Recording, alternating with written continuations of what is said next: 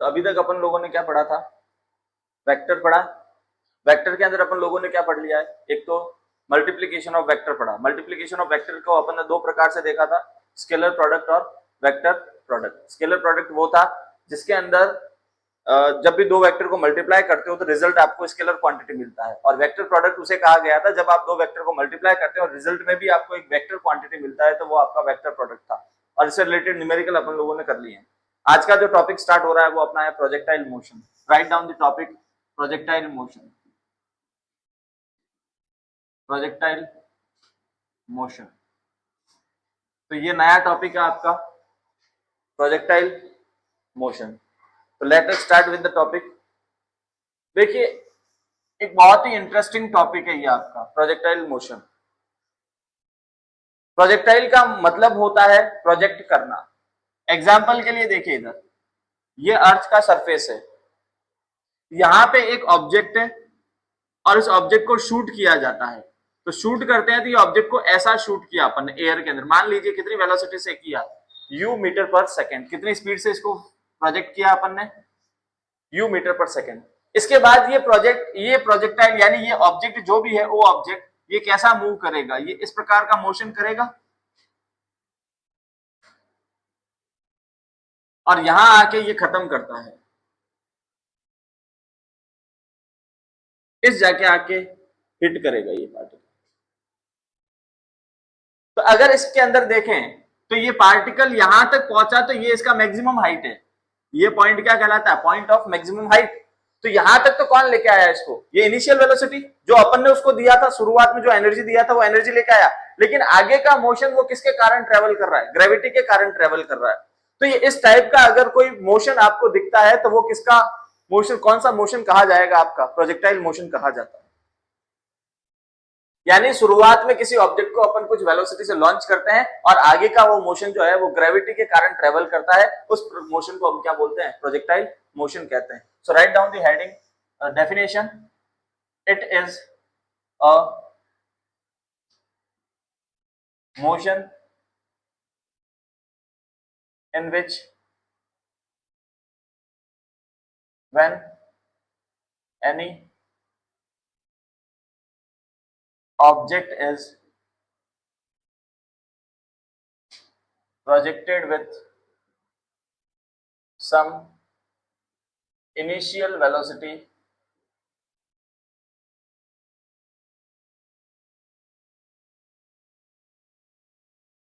it is a motion in which when any object is projected with some initial velocity and after that the object moves under the influence of gravity, under the influence of gravity। ठीक है, ये एक इस प्रकार का motion होता है जिसके अंदर शुरुआत में अपन किसी ऑब्जेक्ट को कुछ इनिशियल वेलोसिटी से लॉन्च करते हैं और बाद में वो ऑब्जेक्ट कुछ ग्रेविटी के इन्फ्लुएंस के कारण अपना मोशन ट्रेवल करता है, कंटिन्यू करता है। उस मोशन को हम लोग क्या बोलते हैं, प्रोजेक्टाइल मोशन। तो प्रोजेक्टाइल मोशन की दो विशेषताएं होगी। क्या क्या है प्रोजेक्टाइल मोशन की दो विशेषताएं, कि शुरुआत में उसके पास क्या होना चाहिए, कुछ इनिशियल वेलोसिटी, और दूसरा वो आगे का मोशन किसके कारण ट्रेवल करेगा, ग्रेविटी के कारण ट्रेवल करेगा। इस मोशन को अपन क्या बोलेंगे, प्रोजेक्टाइल मोशन कहते हैं। अब देखिए यहां पे ये भी मोशन हो सकता है ना कि आपका ये एक बिल्डिंग है, इस बिल्डिंग के ऊपर आपने एक बॉल को लेकर और यहां से इस बॉल को ड्रॉप किया है। क्या किया है आपने, बॉल को ड्रॉप, तो वो बॉल ऐसे नीचे जाता है।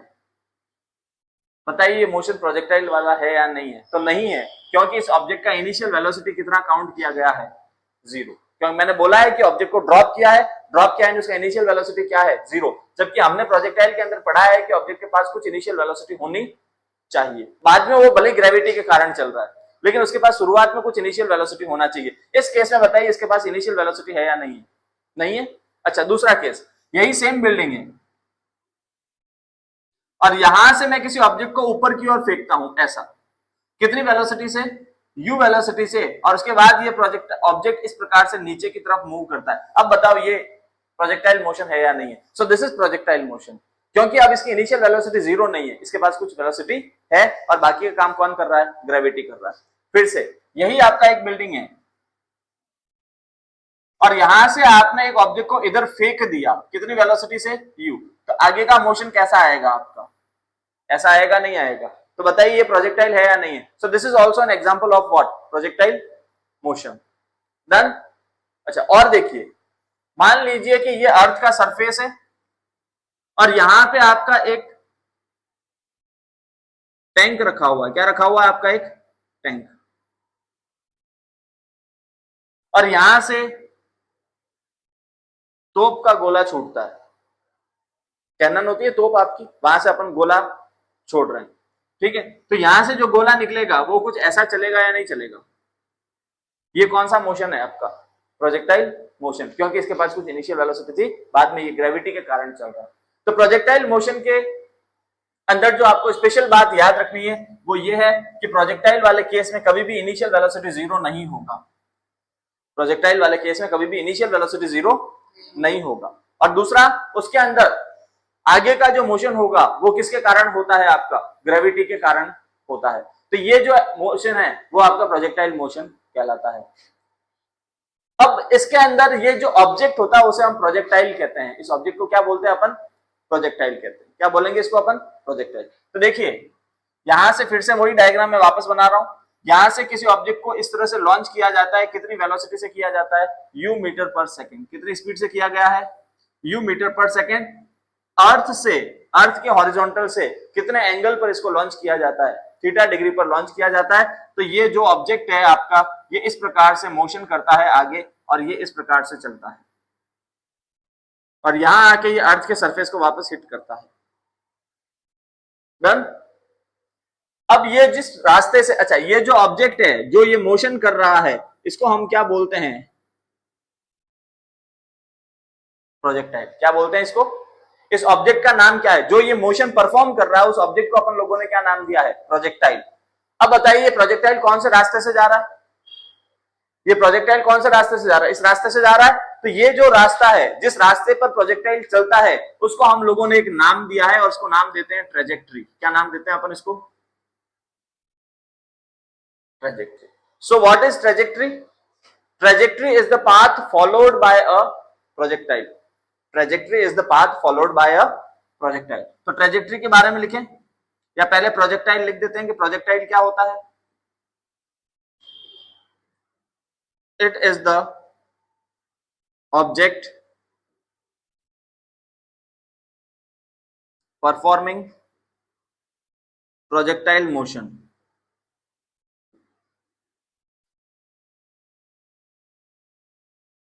What is projectile?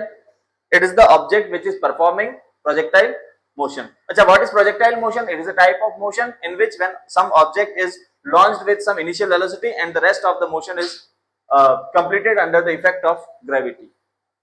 अब what is trajectory? Trajectory की बात करनी है. It is the path followed by a projectile during its motion. अपने मोशन के दौरान प्रोजेक्टाइल जो रास्ता कवर करता है उसी को अपन क्या बोलते हैं? ट्रेजेक्ट्री बोलते हैं। अब आगे बढ़ना है और इस प्रोजेक्टाइल को हमें और थोड़ा सा समझना है। प्रोजेक्टाइल के बारे में सबसे पहले हमको गैलीलियो गैलीली बताते हैं और गैलीलियो गैलीली का कहना था कि प्रोजेक्टाइल मोशन एक प्रकार से 2D मोशन होता है। कौन सा मोशन होता है? 2D मोशन, यानी मोशन इन अ प्लेन। ठीक है, उनका कहना था 2D मोशन है तो उसके कितने डायमेंशन होंगे? 2। कितने डायमेंशन होते हैं उसके? There are 2 dimensions. तो उनका कहना था कि इसके अंदर 2 प्रकार के मोशन होते हैं, एक हॉरिजॉन्टल मोशन होता है और दूसरा कौन सा मोशन होता है? वर्टिकल मोशन होता है। तो अगर अपन प्रोजेक्टाइल मोशन की बात करें, किसकी बात करें अपन? प्रोजेक्टाइल। Projectile motion. तो प्रोजेक्टाइल मोशन दो चीजों से मिलकर बना हुआ है, एक तो उसके अंदर कौन सा मोशन होगा, हॉरिजॉन्टल मोशन, और दूसरा उसके अंदर कौन होता है आपका, वर्टिकल मोशन।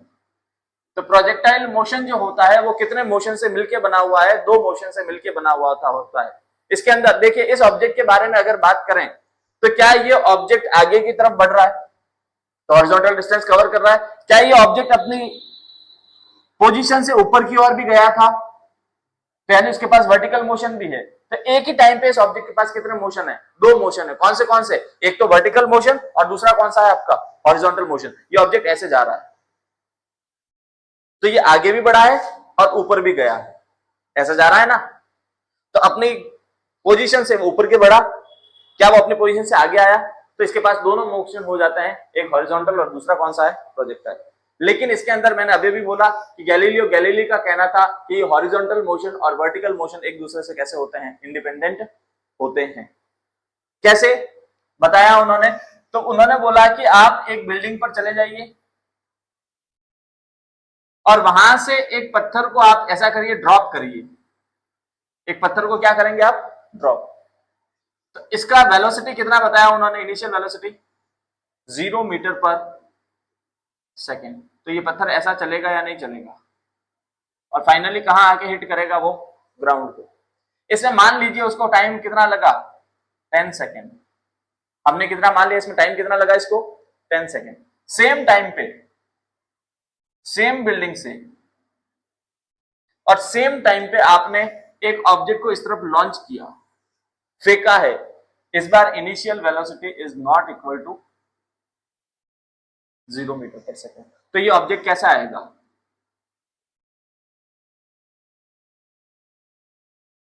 ऐसा कुछ आएगा ये ऑब्जेक्ट अर्थ के सरफेस पे, और यहां आके क्या करेगा, हिट करेगा। अभी बताया, this is not an example of projectile but this is an example of projectile. ये प्रोजेक्टाइल का एग्जांपल नहीं था और ये प्रोजेक्टाइल का एग्जांपल है। तो हम देखते हैं कि इसको यहां से यहां आने में टाइम कितना लगा, फिर से 10 सेकेंड। होना क्या चाहिए था, इसको ज्यादा टाइम लगना था, लेकिन कोइंसिडेंटली अपन चेक करते हैं तो पता चलता है कि इस वाले केस में और इस केस वाले केस में दोनों में टाइम ड्यूरेशन कैसा आ रहा है, सेम आ रहा है, क्योंकि इसका वर्टिकल मोशन से हॉरिजॉन्टल मोशन का कोई लेना देना नहीं होता है। और सबसे पहले वो गैलीलियो थे जिन्होंने बताया था प्रोजेक्टाइल मोशन के अंदर दो प्रकार के मोशन है आपके, एक हॉरिजॉन्टल है, दूसरा कौन सा है, वर्टिकल। और ये दोनों मोशन एक दूसरे से इंडिपेंडेंट होते हैं। ये दोनों मोशन क्या होते हैं, एक दूसरे से इंडिपेंडेंट होते हैं। सो इसके अंदर नोट क्या याद रखेंगे हम लोग, in a projectile motion both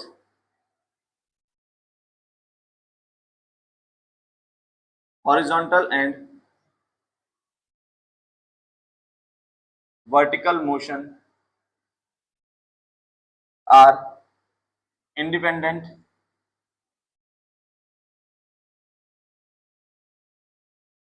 of each other। Projectile motion के अंदर हॉरिजॉन्टल मोशन और वर्टिकल मोशन एक दूसरे से कैसे होते हैं, इंडिपेंडेंट होते हैं। यहाँ पे इस लाइन का मतलब क्या है, तो इस लाइन का मतलब यह है कि जब अपन प्रोजेक्टाइल मोशन को स्टडी करेंगे तब उसके अंदर हमें कितने मोशन को स्टडी करना पड़ेगा, दोनों।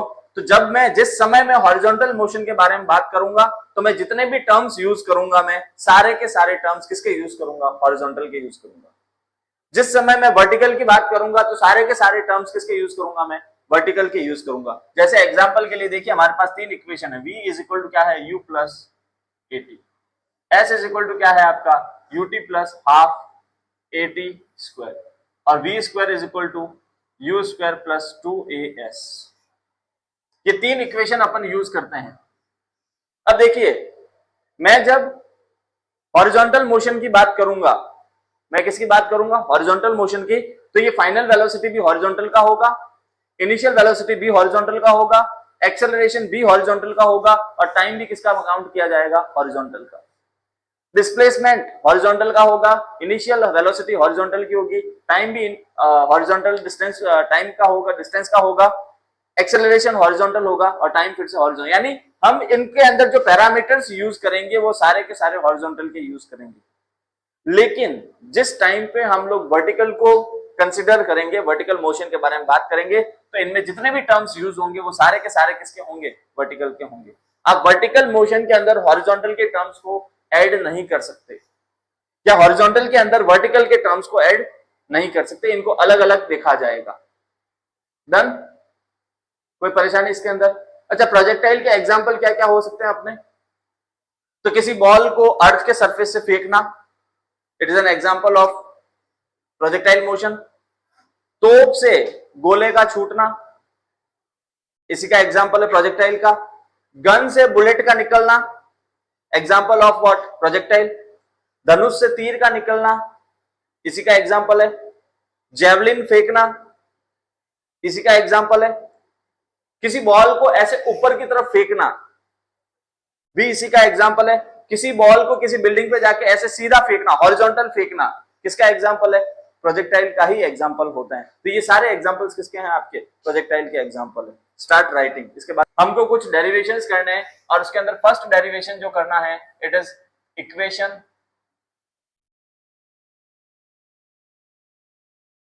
For trajectory of projectile.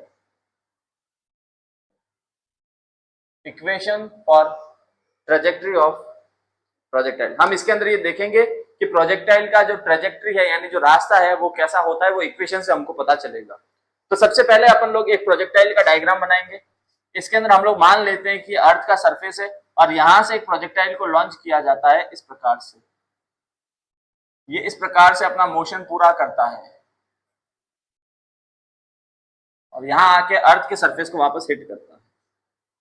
ठीक है, प्रोजेक्टाइल को स्टडी करते समय हम लोग कुछ एजम्पशंस ध्यान में रखते हैं। ऐसा मान के चलते हैं कि प्रोजेक्टाइल को जो भी स्टडी की गई है, इसके अंदर आपका एयर रेजिस्टेंस 0 है। क्या माना जाएगा, एयर रेजिस्टेंस 0 होगा। आइडियल सिचुएशंस मान के चलते हैं हम लोग।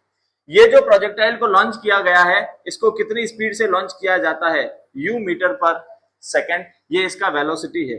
इनिशियल वेलोसिटी कितना है इसका, u।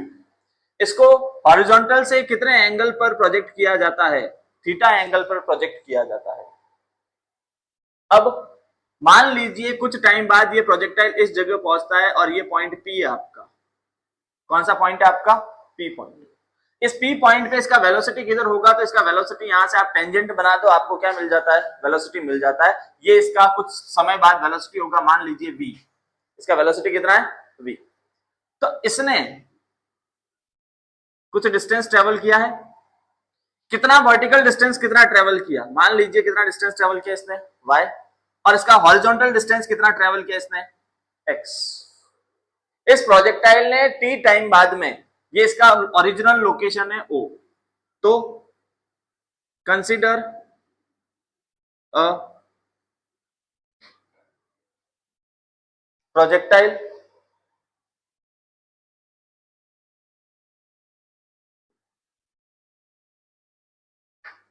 projected with initial velocity u meter per second at an angle theta with horizontal। हमने एक प्रोजेक्टाइल को कंसीडर किया है जिसका इनिशियल वेलोसिटी अपन ने कितना माना है, u माना है, और हॉरिजॉन्टल से कितना एंगल पर अपन ने इसको प्रोजेक्ट किया है, थीटा एंगल पर प्रोजेक्ट किया है। Let the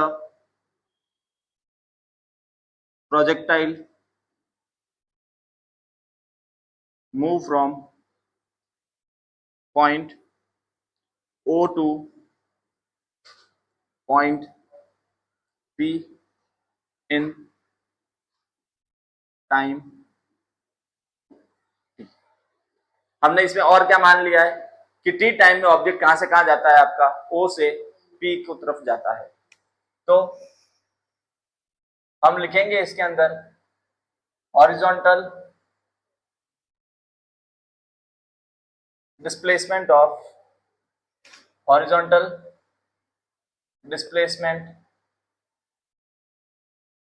in time T.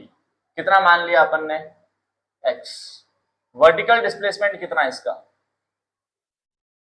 Vertical displacement in time T कितना मान लिया अपन ने, y। टी टाइम में इसका हॉरिजॉन्टल डिस्प्लेसमेंट कितना है, x। इसका वर्टिकल डिस्प्लेसमेंट कितना है, y। समझ आया, बढ़े आगे। अच्छा, और इसको अब यहां से आप देखिए, क्या मैं ऐसा बोल सकता हूं यहां पे कि y डिस्टेंस को ट्रेवल करने में और x डिस्टेंस को ट्रेवल करने में टाइम सेम लगा होगा। देख लो, x डिस्टेंस कितने टाइम में आया है, t टाइम में, तो t टाइम में वापस कितना चला, वो y डिस्टेंस चला, यानी x और y के लिए टाइम कैसा होगा, सेम होगा। x और y के लिए टाइम कैसा होगा, सेम होगा। अच्छा, अब प्रोजेक्टाइल के अंदर अपन और थोड़ा सा डेप्थ में जाके बात करेंगे। तो अगर प्रोजेक्टाइल के लिए बात करें तो अभी अभी अपन ने पढ़ा है कि वर्टिकल मोशन और हॉरिजॉन्टल मोशन को अलग अलग कंसीडर करना है आपको, एक साथ आप इसको कंसीडर नहीं कर सकते।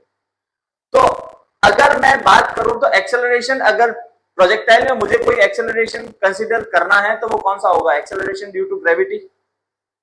अब बताओ मेरे को, एक्सेलरेशन ड्यू टू ग्रेविटी का डायरेक्शन क्या होता है, या तो अपवर्ड या फिर डाउनवर्ड, यानी वर्टिकल डायरेक्शन होता है। एक्सेलरेशन ड्यू टू ग्रेविटी के पास कोई हॉरिजॉन्टल डायरेक्शन होता है क्या, नहीं होता है, यानी हॉरिजॉन्टल डायरेक्शन में एक्सेलरेशन ड्यू टू ग्रेविटी का वैल्यू क्या होता है, 0 होता है। कितना होता है, 0। अब आप, क्या ये वेलोसिटी वेक्टर है, तो इसके दो कंपोनेंट बनेंगे आपके। कौन से कंपोनेंट बनेंगे, एक कंपोनेंट तो ये वाला बनेगा, इसको क्या बोलेंगे अपन, u cos थीटा, और एक कंपोनेंट ऊपर की तरफ बनेगा और ये क्या हो जाएगा, u sin थीटा। कितने कंपोनेंट बने इसके, दो कंपोनेंट, ठीक है। तो अब मेरे को बताओ, हॉरिजॉन्टल कंपोनेंट में इनिशियल वेलोसिटी कितनी है इसकी, u cos थीटा। वर्टिकल के लिए इसका इनिशियल वेलोसिटी कितना है आपका, u sin थीटा। इस प्रोजेक्टाइल का इनिशियल वेलोसिटी कितना है, u। फिर से, पूरे प्रोजेक्टाइल का इनिशियल वेलोसिटी कितना है, u। इस प्रोजेक्टाइल का हॉरिजॉन्टल डायरेक्शन में इनिशियल वेलोसिटी कितना है, u cos थीटा। इस प्रोजेक्टाइल का वर्टिकल डायरेक्शन में इनिशियल वेलोसिटी कितना है आपका, u sin थीटा। बड़े, तो अब हम बात करेंगे फॉर हॉरिजॉन्टल मोशन। किसकी बात करेंगे अपन, फॉर हॉरिजॉन्टल मोशन। अगर हॉरिजॉन्टल मोशन के लिए बात करें तो हॉरिजॉन्टल डायरेक्शन में इनिशियल वेलोसिटी कितनी है इस ऑब्जेक्ट की, u cos theta. Horizontal direction में एक्सेलरेशन कितना है, 0। अभी अभी बताया है, हॉरिजॉन्टल डायरेक्शन में एक्सेलरेशन कितना होता है आपका, 0 होता है, क्योंकि इसके अंदर अपन प्रोजेक्टाइल में हमारा जो एक्सेलरेशन होगा वो एक्सेलरेशन ड्यू टू ग्रेविटी होगा, और उसका डायरेक्शन किधर होगा, या तो ऊपर की तरफ या फिर नीचे की तरफ, यानी वर्टिकल डायरेक्शन होगा। हॉरिजॉन्टल डायरेक्शन में कोई कंपोनेंट नहीं है, तो हम एक्सेलरेशन हॉरिजॉन्टल डायरेक्शन में कितना मानेंगे, 0। अब आप लोग सोचिए कि अगर किसी ऑब्जेक्ट का एक्सेलरेशन 0 है तो उसका वेलोसिटी कांस्टेंट होता है कि वेरिएबल होता है, it is constant. Velocity change नहीं हो रहा है, इसीलिए तो एक्सेलरेशन 0 है। एक्सेलरेशन का मतलब क्या है, rate of change of velocity. If velocity is not changing with the time, तो उस केस में एक्सेलरेशन क्या होता है, 0 होता है। और हमने बोला है कि हॉरिजॉन्टल एक्सेलरेशन हमेशा प्रोजेक्टाइल का कितना होता है, 0, ऑलवेज। क्या लिखेंगे यहाँ पे अपन, ऑलवेज। प्रोजेक्टाइल के लिए हॉरिजॉन्टल एक्सेलरेशन हमेशा क्या होता है, 0 होता है। इसका मतलब ये हमेशा कैसा होगा आपका, constant. Horizontal initial velocity projectile की कैसी होती है, कांस्टेंट होती है। यानी अब इसका मतलब ये हुआ कि आप चाहे यहां पे भी बात करेंगे तो इसका हॉरिजॉन्टल वेलोसिटी कितना होगा, u cos थीटा। कितना होगा, u cos थीटा। अगर यहां पे आ जाओगे तो भी इसका हॉरिजॉन्टल वेलोसिटी कितना होगा, u cos थीटा। यहां पे आ जाओगे तो भी कितना होगा, u cos थीटा। यहां पे भी कितना होगा, u cos थीटा। यहां पे भी कितना होगा, u cos थीटा। यानी कि इस प्रोजेक्टाइल के पूरे मोशन के दौरान इसका हॉरिजॉन्टल वेलोसिटी हमेशा कैसा रहेगा, कांस्टेंट रहेगा, चेंज नहीं होगा। क्यों नहीं होगा, क्योंकि एक्सेलरेशन कितना होता है, हॉरिजॉन्टल एक्सेलरेशन आपका 0 होता है। बढ़े आगे। अब देखिए, v इज इक्वल टू हमारा फॉर्मूला आता है u प्लस at। इस इक्वेशन को एक बार अपन यूज नहीं करते हैं, हम लोग यूज करेंगे s is equal to ut plus half at square. मैं क्या कर रहा हूं यहाँ पे, इक्वेशन ऑफ ट्रेजेक्टरी निकाल रहा हूं, है ना। तो पहले मैंने हॉरिजॉन्टल मोशन किया, मैंने अभी भी बोला है कि हॉरिजॉन्टल मोशन के अंदर हम लोग वर्टिकल के कंपोनेंट यूज नहीं करेंगे। मेरे को अब आप लोग बताइए कि इस ऑब्जेक्ट का टी टाइम में हॉरिजॉन्टल डिस्प्लेसमेंट कितना है। ऑब्जेक्ट का टी टाइम में हॉरिजॉन्टल डिस्प्लेसमेंट कितना है, x। ऑब्जेक्ट का इनिशियल हॉरिजॉन्टल वेलोसिटी कितना है, u cos थीटा। इसको टाइम कितना लगा, t plus half. Horizontal acceleration कितना ऑब्जेक्ट का, 0 इंटू ये क्या हो जाएगा, टी स्क्वायर। तो बताइए x इज इक्वल टू कितना आया, u cos थीटा इंटू क्या है, t प्लस 0, यानी x इज इक्वल टू क्या मिला आपको, u cos theta into t। तो यहां से t का फॉर्मूला क्या आया, टाइम निकाल लिया मैंने, x अपॉन क्या बन रहा है आपका, u cos थीटा। क्या मिल गया मुझे यहां से, टाइम। कि इस ऑब्जेक्ट को x डिस्टेंस ट्रेवल करने में टाइम कितना लगा, तो x upon u cos theta. अब बात करते हैं for horizontal, for vertical motion. किसकी बात करेंगे, for vertical motion. Vertical motion के लिए अगर बात करें तो बताइए u वर्टिकल कितना होता है, इनिशियल वर्टिकल वेलोसिटी कितनी है इसकी, u sin थीटा। अब यह ऑब्जेक्ट का इनिशियल वेलोसिटी कितना है, u, तो वर्टिकल कितना है, u sin थीटा, और हॉरिजॉन्टल कितना था, u cos थीटा। अच्छा, वर्टिकल एक्सेलरेशन कितना है, तो it is equal to g। ये जीरो नहीं होता, ये कितना होगा आपका, g। तो अब देखिए s is equal to ut plus half at square हमारा इक्वेशन है। मैं कौन से मोशन की बात कर रहा हूं, वर्टिकल। तो डिस्प्लेसमेंट भी किसका यूज होगा, वर्टिकल का। बताइए टी टाइम में वर्टिकल डिस्प्लेसमेंट कितना है इसका, y। वर्टिकल डायरेक्शन में इनिशियल वेलोसिटी कितनी है, u sin थीटा। टाइम कितना है, t प्लस हाफ, और ये कितना आएगा, माइनस का g, क्योंकि ऑब्जेक्ट अभी ऊपर उठा है। डिस्प्लेसमेंट किधर है, ऊपर की तरफ है, और हमने क्या पढ़ा है, ऊपर वाला अपन क्या लेंगे, नेगेटिव, और डाउनवर्ड को क्या लेंगे, पॉजिटिव। इनटू ये क्या हो गया आपका, टी स्क्वायर। अब यहाँ पे अपने टी लिखा हुआ। अब बताओ x को ट्रेवल करने का टाइम और y को ट्रेवल करने का टाइम सेम था या अलग अलग था, सेम था। तो क्या मैं इस टाइम को यहाँ पे यूज कर सकता हूं, सेम टाइम है। तो y इज इक्वल टू क्या बन रहा है, u sine theta into x upon क्या है, ये u cos थीटा। प्लस की जगह माइनस बाहर आ जाएगा, और माइनस का क्या बन जाएगा, हाफ g इंटू ये क्या बन जाएगा, x square upon you square cos square theta. यहां पे u से u कैंसल आउट हो रहा है, तो ये इक्वेशन बन रहा है sine theta upon cos theta into ये क्या चीज है, x माइनस का g upon 2 u square cos square theta into ये क्या है आपका, x square. Sine upon cos बन जाता है आपका 10। तो y is equal to 10 theta into क्या है ये आपका x minus g upon 2 u square cos square theta into क्या है, एक्स स्क्वायर। टेन थीटा को मैंने कांस्टेंट माना और इसको मान लिया a, तो ये y इज इक्वल टू क्या बना, ax माइनस इस पूरे को मैंने b माना, तो ये bx square.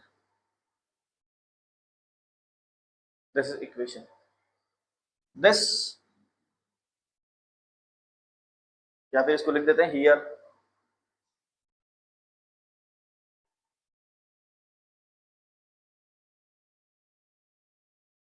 This is the equation of parabola. ये किसका इक्वेशन है, ये जो अपन को इक्वेशन मिला है, ये इक्वेशन किसका इक्वेशन है आपका, पैराबोला का इक्वेशन है। यानी ये जो रास्ता है, इस रास्ते को अपन क्या बोलेंगे, पैराबोलिक। क्या बोलेंगे, पैराबोलिक। तो अपन लिख सकते हैं hence trajectory of projectile is always parabolic।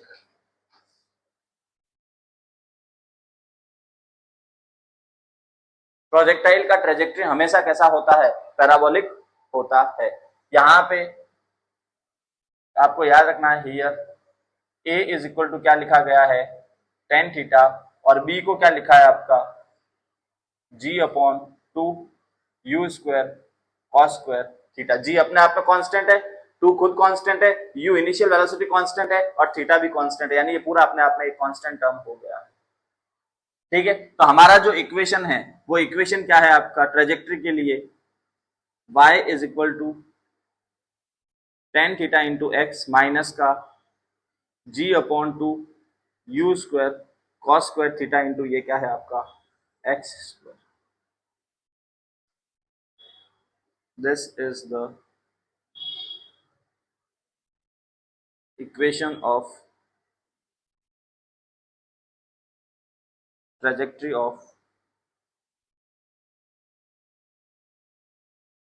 projectile। ठीक है, स्टार्ट राइटिंग।